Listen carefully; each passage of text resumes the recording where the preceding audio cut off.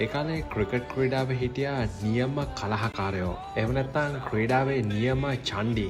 ඉතින් මෙයාලා චණ්ඩි උනේ කටින් විතරක් නෙමෙයි. ඔහු ඇන්ඩ්‍රූ ෆ්ලින්ටොෆ් කියන ඒ කාලේ නමේ පොඩි කෑල්ලක් ඇහුණත් අපි හොඳින් අඳුරන එංගලන්තයෙන් ක්‍රිකට් ලෝකයට බිහිවෙච්ච පුරාවෘත්තගත තුමිරයව ක්‍රීඩකයෙක්. ඔහු එංගලන්ත කණ්ඩායම වෙනුවෙන් දක්ෂ පන්දු යවන්නෙක් වගේම දක්ෂ පිතිකරුවෙකුත් වුණා.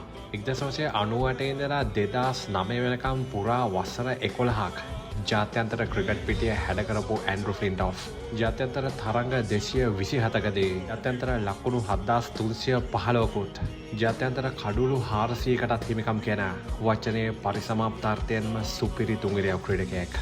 ඉතින් මේ වගේ ලෙජන්ස්ලා ක්‍රීඩා කරපු ක්‍රිකට් යුගයක කඩුළු 400ක් ලබා ගන්නවා කියන එක මොනතරම් අමාරුද මොනතරම් වටිනවද කියන මම අමුතුවෙන් කියන්න ඕනේ නැහැ. ඒ වගේම 2005 ඇෂස් තරගාවලියේදී ඇන්ඩ්‍රූ ෆ්ලින්ටොෆ් සමත් වෙනවා ඒ තරගාවලියේ වීරයා බවට පත් වෙමින් ඒ ඇෂස් තරගාවලිය එංගලන්ත කණ්ඩායමට ජයග්‍රහණය කරවලා දෙන්නට.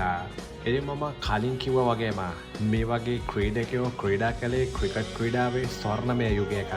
ඉතින් ඔවුන් ලබාගත් කඩුළුත් ඔවුන් ලබාගත් ලකුණුත් රැස් කළේ ඒ ක්‍රිකට් ස්වර්ණමය යුගයේ හිටපු පතාක යෝධයන්ට එරෙහිවයි. ඒ වගේම ඇන්ඩ්‍රූ ෆ්ලින්ටොෆ් කියන්නේ එක අතකින් බොක්සිං ක්‍රීඩකයෙක්. ඉතින් මමත් ඇතුළුව ඒ ක්‍රිකට් ගේම් ගහපු කට්ටියට මතක ඇති.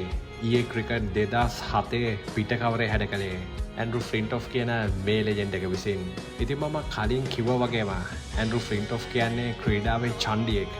හැබැයි ඒ කලහකාරීකම් ඒ චණ්ඩිකම් ඔහු දැම්මේ කටින් වචනෙන් විතරක් නෙමෙයි.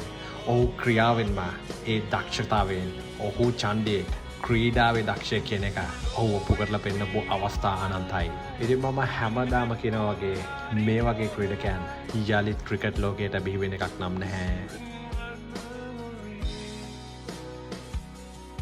ඒ වගේම ඔයගොල්ලන්ට අපේ වීඩියෝස් පුරා ක්‍රිකට් අපේ YouTube channel එකෙන් නරඹන්න පුළුවන්.